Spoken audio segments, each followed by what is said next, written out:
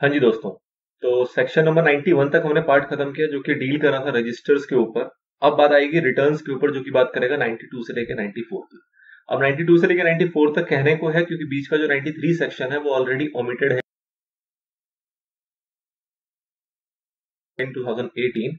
मतलब हमारे पास दो ही सेक्शन है, 92 और 93 उसके रिकॉर्ड को प्रिजर्व करने के ऊपर बात करेगा जो कि रिटर्न्स को भी शामिल कर लेगा, साथ ही में रजिस्टर्स को भी शामिल कर लेगा। मतलब कि कह सकते हैं आप कि सिर्फ रजिस्टर के ऊपर जो सेक्शंस थे वो पीछे खत्म हुए 91 तक, और जो रिटर्न्स के ऊपर सेक्शन है वो एक लौता सेक्शन है, सेक्शन नंबर 92। 94 और 95 जो है वो कंबाइंड बात करेगा रजिस्टर का भी और रिटर्न का भी। तो वहां पर हम एक कॉन्सेप्ट कॉमन वर्ड यूज करेंगे, रजिस्टर एंड रिटर्न्स। मतलब which registers deal in section number 89 as well as the returns deal in section number 92। Both की बातें होंगी सेक्शन नंबर 94 और 95 के अंदर। ठीक है, चलिए तो इस वाले पार्ट के अंदर हम सिर्फ एनुअल रिटर्न को डील करने वाले हैं, फिर नेक्स्ट फर्दर बाकी पार्ट्स, बाकी सेक्शन जो होंगे वो बाकी पार्ट्स के अंदर आएंगे। चलिए, तो जो सेक्शन नंबर 92 है वो बात करता है एनुअल रिटर्न की। एनुअल रिटर्न का बेसिकली मतलब क्या है कि नाम से पता लग रहा है this is a annual requirement. नाम से क्या पता लग रहा है कि एक रिटर्न है जो कि कंपनी को फाइल करनी होती है। ऑब्वियसली बात है, जब हम कंपनीज एक्ट में बात कर रहे हैं और कब फाइल करनी है तो एनुअली फाइल करनी है। तो जैसे आपने बेसिक टर्मिनोलॉजी सुनी होगी, मतलब कि लोगों को अपनी एनुअल इनकम के बारे में इंफॉर्मेशन देनी होती है, एनुअल आईटीआर फाइल करनी होती है, और भी कई सारी एनुअल चीजें होती है जो फाइलिंग गवर्नमेंट को की जाती है। कंपनी की बात करें तो कंपनी को एनुअली दो चीजें देनी होती है जो आपने कई जगहों पे देखा है, जिसको हम कहते हैं फाइलिंग का डिफॉल्ट नहीं होना चाहिए। तो बहुत जगहों पे देखा गया है, इवन हम अभी करंट सिनेरियो में भी अभी इस पर्टिकुलर चैप्टर में भी इसको बार बार देखते हैं कि सेक्शन नंबर 137 की बात होती है और सेक्शन नंबर 92 की बात होती है। तो ये वही 92 है जिसकी फाइलिंग के अंदर डिफॉल्ट करना एक बहुत बड़ा डिफॉल्ट माना जाता है, जो है एनुअल रिटर्न का। फाइनेंशियल स्टेटमेंट आपको नाम से पता लग रहा है 137 में क्या होने जाना है कि उसके अंदर बैलेंस शीट, पीएनएल और अपनी फाइनेंशियल से रिलेटेड जो जानकारी होती है वो एमसीए को प्रोवाइड करते हैं अंडर सेक्शन 137। पढ़ेंगे अपन इसके बाद में। बट 92 क्या है? 92 बात करता है कंपनी के अफेयर्स को लेके, मतलब अदर देन फाइनेंशियल्स और भी कंपनी के अंदर जो भी ट्रांजैक्शन, जो भी हरकतें होती है, उन हरकतों की सूचनाएं हमें एमसीए को देनी होती है एजीएम के 60 डेज के अंदर। तो उसके बारे में बात करता है एनुअल रिटर्न, जिसका कंप्लायंस करना बहुत ज्यादा मैंडेटरी है हर कंपनी के लिए। और अगर नहीं करेगी कंपनी तो फिर बहुत सारी कॉन्ट्रावेंशन के ऊपर इश्यूज हैं, और कई सारी चीजों में आपने देखा है कई कई जगहों पर अगर आप ये फाइलिंग नहीं करते हो तो आपको बहुत सारी एक्सेप्शन जो मिलनी होती है वो नहीं मिलती है। तो अपने आप में ये इंपॉर्टेंट है। तो बेसिकली क्या आपको समझ में आया कि जो ये सेक्शन है ये बात करता है प्रिपरेशन एंड फाइलिंग के, मतलब कि कैसे एनुअल रिटर्न बनाया जाएगा और कैसे उसकी फाइलिंग की जाएगी, उसको लेके क्या क्या प्रोविजंस हैं, उसके ऊपर बात करता है हमारा ये सेक्शन नंबर 92। अब एनुअल रिटर्न है मतलब ये क्या है, एक एनुअल कंप्लायंसेस है जो कि कंपनी को करना होता है हर साल। मतलब हर साल करना होगा, रिपीटेड नेचर का। ऐसा नहीं कंपनी बनेगी तो फर्स्ट टाइम किया जाएगा, कंपनी बन गई उसके बाद एनुअल बेसिस पे इस काम को करना होता है। क्या डेट होती है वो मैंने आपको बताया कि एजीएम के 60 डेज के अंदर करना होता है, आगे अभी हम देख लेंगे। फिर बात करते हैं फॉर्म की। तो फॉर्म में अभी तक आपने क्या देखा कि आपने एमजीटी 6 फॉर्म तक की बातें देख ली अपने रजिस्टर में। अब 7 की और 8 की, इन दो फॉर्म्स की बात होगी हमारे इस सेक्शन के अंदर। जो एमजीटी 7 है वो बात करेगा एनुअल रिटर्न की फाइलिंग को लेके, कि एनुअल रिटर्न की इन्फॉर्मेशन जो होगी वो जाती है एमजीटी 7 के अंदर। और एक आएगा एमजीटी 8 जो बात करेगा उसकी सर्टिफिकेशन को लेके, जो कि सीएस इन प्रैक्टिस, जो कंपनी सेक्रेटरी इन प्रैक्टिस होते हैं उनको सर्टिफाई करना होता है in case of selected companies in MGT 8। ठीक है, चलिए तो ये था इसका बेस रूल जो आपके ऊपर लग रहा है यहाँ पे, वो रूल नंबर 11 एप्लीकेबल होगा। ऑब्वियसली बात है, companies management and administration rule 2014 का क्या पर्टिकुलर्स हमें एनुअल रिटर्न में देनी होती है। तो इसको बड़े अच्छे से यहाँ पे पिक्चराइज करके 10 बातें जो बताई गई है जो आपके एनुअल रिटर्न के अंदर मतलब पेश की जाती है, एनुअल रिटर्न के फॉर्मेट्स में होते हैं। ये जो 10 पॉइंट्स है ये क्लॉजेस के अंदर है, ये सारी यहाँ पे आपको 1 2 3 4 लिख दिया गया है, बट ये clause A B C D इस तरीके से इसको डील है इन लॉ। मतलब अगर कंपनीज एक्ट की बात करें तो वह क्लॉजेस के अंदर है, उसी 10 पॉइंटों को यहाँ पे 1 2 3 4 के मैनर में लिखा गया है। तो क्या क्या पर्टिकुलर है जो एनुअल रिटर्न के रूप में आपको देनी है एमसीए को। तो पहली बात कहता है कि भैया आप आपका रजिस्टर्ड ऑफिस बताना है, साथ ही में प्रिंसिपल बिजनेस एक्टिविटी, आपकी बिजनेस की एक्टिविटी क्या है,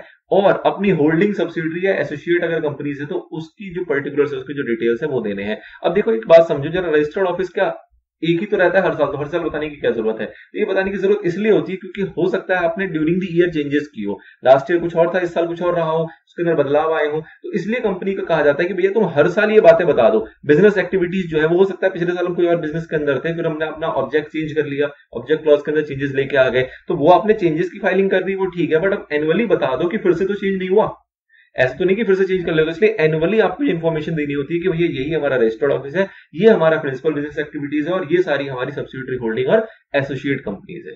उसके बाद बात करता है शेयर्स, डिबेंचर या फिर कोई और सिक्योरिटी अगर आपने इशू कर रखी है तो उसकी इंफॉर्मेशन देनी है along with the share holding pattern, मतलब कि कितने कितने शेयर्स किस किस के पास है उसका प्रॉपर पैटर्न के रूप में आपको इन्फॉर्मेशन देनी होगी। कितने शेयर्स इशू कर रखे हैं, कौन कौन शेयर होल्डर्स हैं, कितने कितने परसेंट किस किस के पास शेयर्स हैं या कितने नंबर ऑफ शेयर्स हैं, उस टाइप से आपको एक डिटेल्ड फॉर्म में मेंशन करनी होती है शेयर्स और डिबेंचर्स या फिर अदर सिक्योरिटीज, कोई बॉन्ड्स वगैरह है तो उसकी जानकारी। फिर बात आती है अगर कोई इंडेटनेस वगैरह है, कोई लोन्स पे बोरिंग्स वगैरह है तो उसकी जानकारी भी देनी होती है आपको थर्ड क्लॉज के अंदर।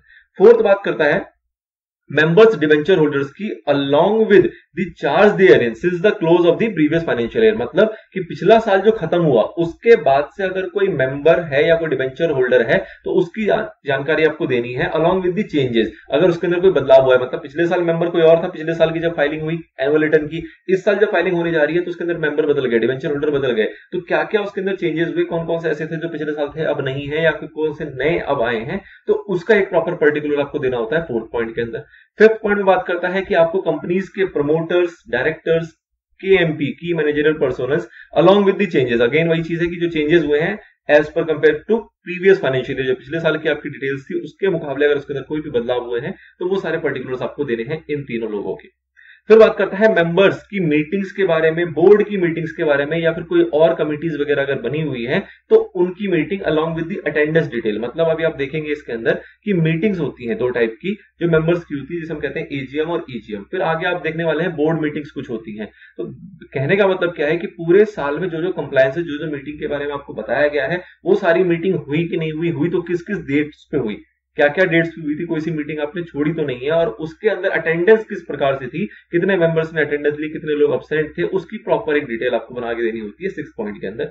7th पॉइंट बात करता है remuneration of director and KMP और डायरेक्टर्स की क्या रेम्यूनरेशन पे हुई है ड्यूरिंग द ईयर, पूरे साल में कितना उनको रेम्यूनरेशन के रूप में पैसा दिया गया है उसकी डिटेल। अब यहाँ पे ध्यान देना, यहाँ पे वर्ड एग्रीगेट नहीं है, यहाँ पे कहा जा रहा है रेम्यूनरेशन ऑफ डायरेक्टर्स, मतलब कितने डायरेक्टर्स हैं और हर एक डायरेक्टर को कितना कितना पैसा दिया गया है वो आपको अलग अलग बताना है। ऐसा नहीं जैसे ABC 3 डायरेक्टर हैं तो तीनों के आपको अलग अलग बताने आएंगे कि A को इतना पे किया गया, B को इतना किया गया, C को इतना किया गया, इसको ध्यान रखना है। इस पर स्टार मार्क है, इसका यूज आएगा आगे।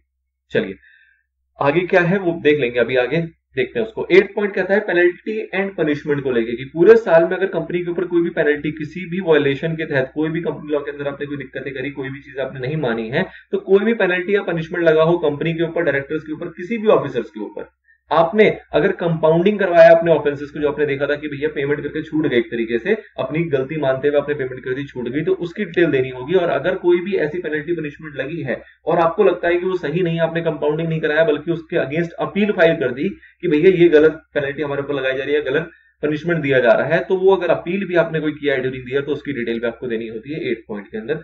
लास्ट पॉइंट आता है, sorry second last, matter relating to certification of compliance disclosure. अब ये बेसिकली क्या है, सर्टिफिकेट ऑफ कंप्लायंस, अभी आप देखेंगे आगे चल के MGT 8 आएगा एक इसी सेक्शन के अंदर, जिसके अंदर सर्टिफिकेट हमें एक लेना होता है कंपनी सेक्रेटरी इन प्रैक्टिस से कि भैया हमने प्रॉपर सब कुछ कंप्लाई किया है या नहीं किया।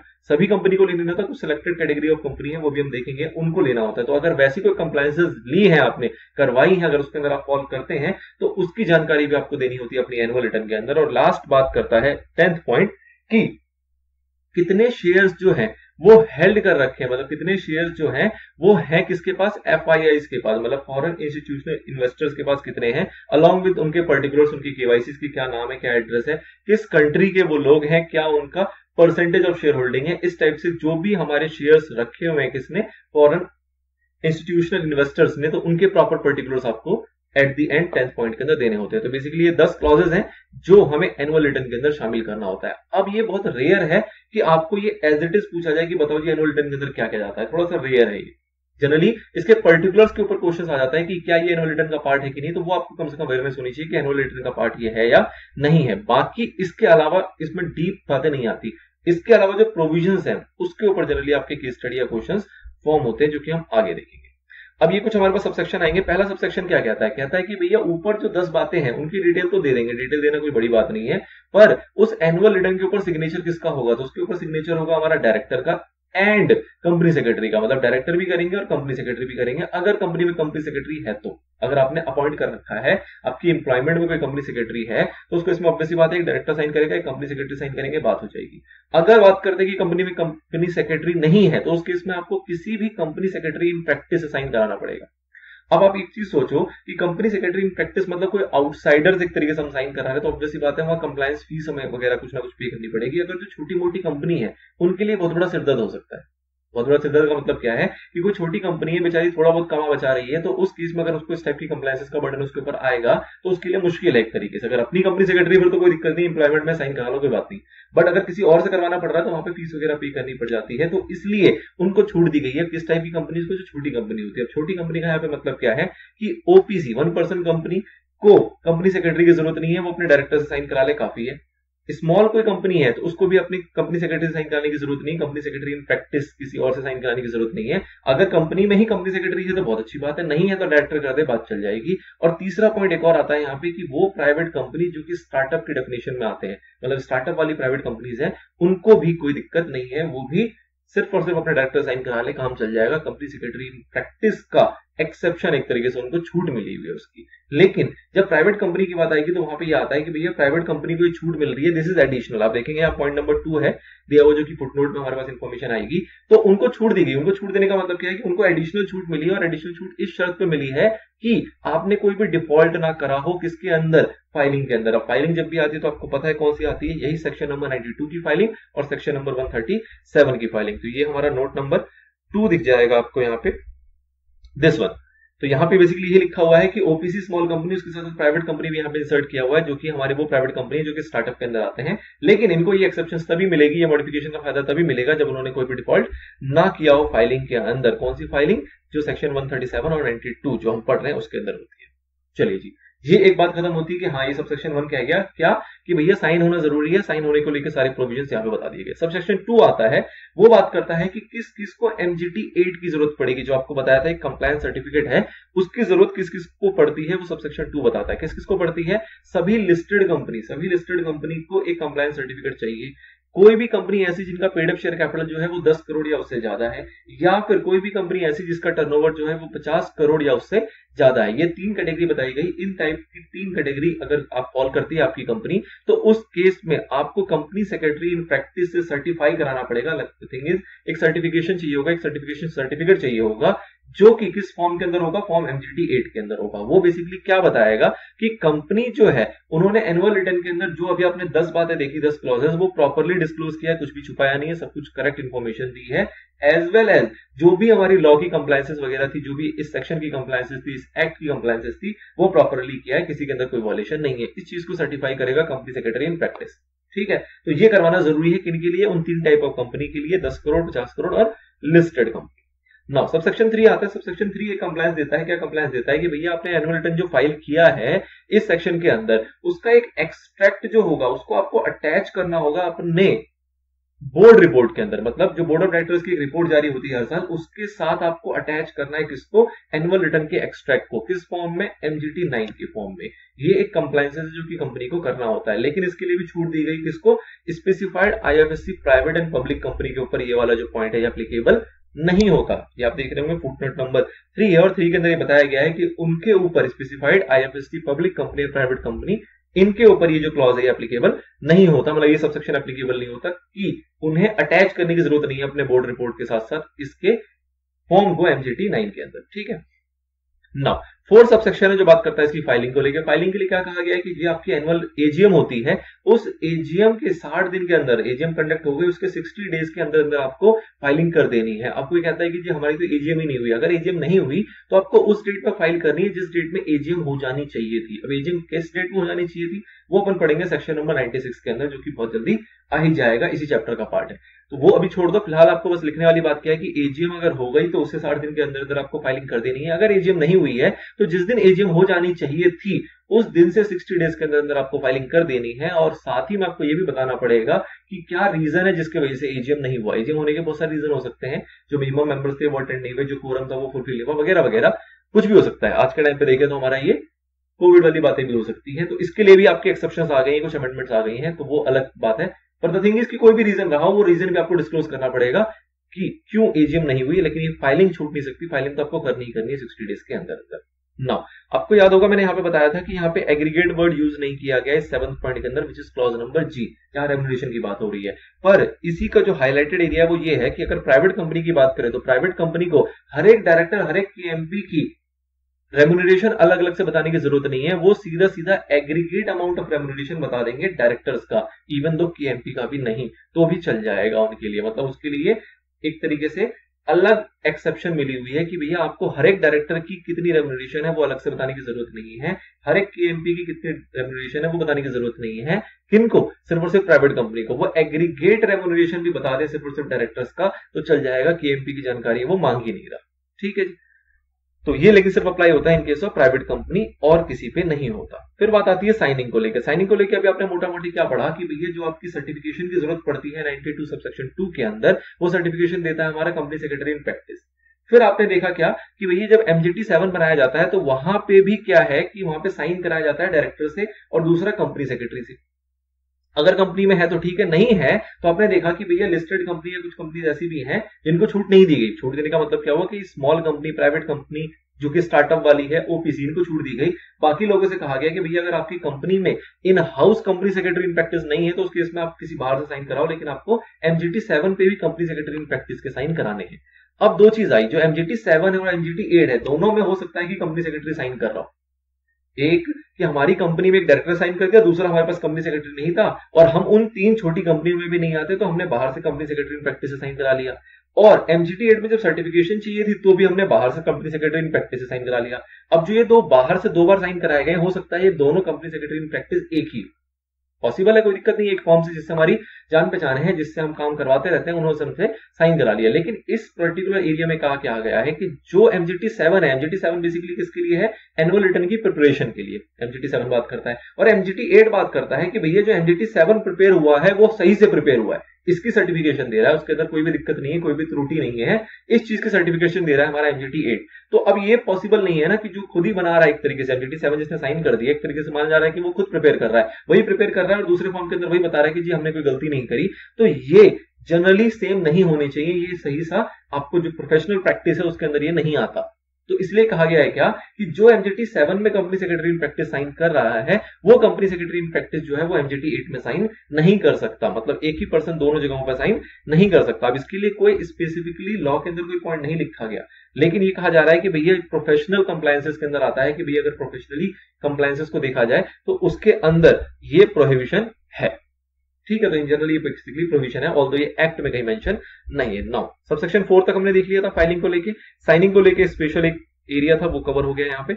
नाउ पेनल्टी की बात करते हैं। पेनल्टी में देखो यहाँ पे क्या क्या है। तो पहली प्राणी वो है जिनको फाइलिंग करनी थी। फाइलिंग जिनको करने की बात की गई थी वो कौन थे? वो थे कंपनी और ऑफिसर इन डिफॉल्ट कह सकते हैं, अगर उन्होंने फाइलिंग नहीं करी। तो अगर आपने फेल कर दिया फाइलिंग के अंदर, जो कि आपको टाइम लिमिट बताई गई है, तो उसके अंदर आपके ऊपर पेनल्टी लगती है कितने की? 50,000 रुपीज की एक साथ।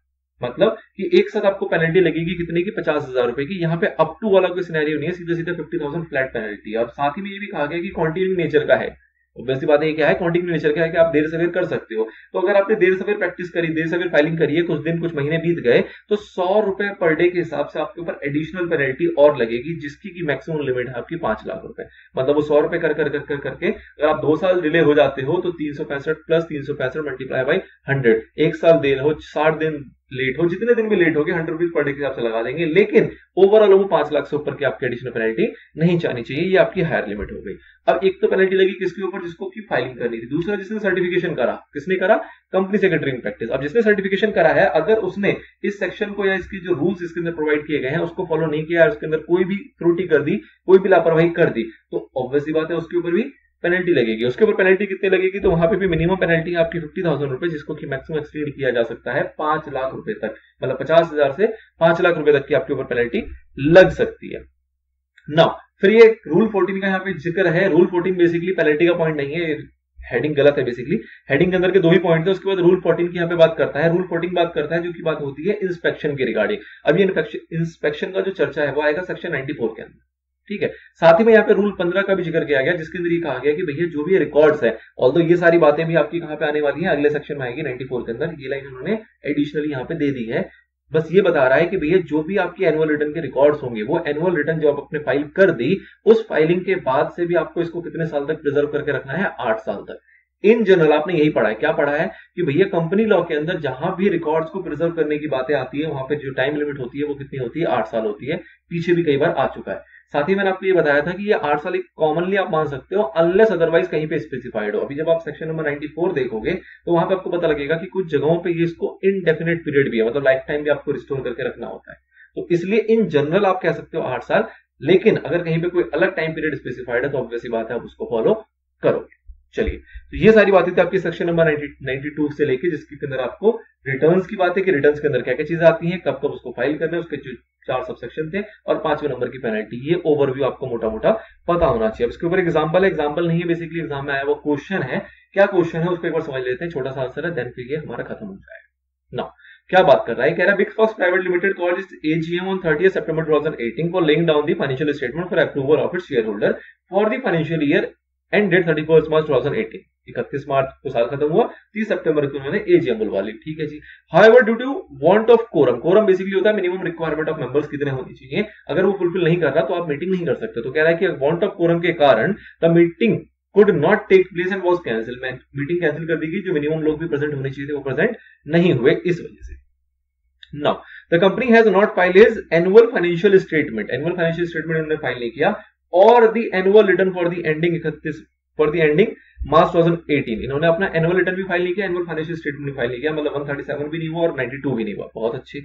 With the ROC till date अभी तक नहीं करा। The director is of the view that since the AGM did not take place, director कह रहे हैं भैया एजीएम तो हुई नहीं, the period of 60 days of filing of annual return is not applicable. कह रहे जो 60 दिन के अंदर फाइलिंग करनी थी वो एप्लीकेबल ही नहीं है। क्यों? क्योंकि एनुअल रिटर्न एजीएम तो हमने कंडक्ट हुई नहीं हमारी। And this there is no contravention of section 92, इसलिए यहाँ पे कोई कॉन्ट्रावेंशन नहीं डिस्कस करो। तो बेसिकली आपको पता सिंपल आंसर इसका कि जो आपका सबसेक्शन 4 आपने देखा था, सबसेक्शन 4 के अंदर क्या बात हुई थी कि आपको 60 डेज ऑफ एजीएम के अंदर आपको फाइल कर देना है, लेकिन अगर इनकेस एजीएम कंडक्ट नहीं होती तो एजीएम जिस दिन हो जानी चाहिए थी, which is at the end of 6 month, जो कि आपका 30 सितंबर की डेट आ रही है, तो उस डेट पर अगर आपकी एजीएम नहीं हुई तो भी आपको वहां से लेके 60 डेज के अंदर फाइल कर देना होता है, और अलॉन्ग विद दैट आपको रीजन भी देना होता है कि क्यों एजीएम नहीं हो पाई, जो भी आपका रीजन है, कोरम का हो चाहे कुछ भी हो, बट फाइलिंग आपको करनी है और रीजन के साथ करनी है। तो ये आपका सिंपल से इसका आंसर हो जाएगा। चलिए जी, तो ये था आपकी सेक्शन 92 की चर्चा, और इसके साथ ही एक था इसका सवाल। 94 की बात करेंगे अगले पार्ट के अंदर। 93 मैंने आपको पहले बता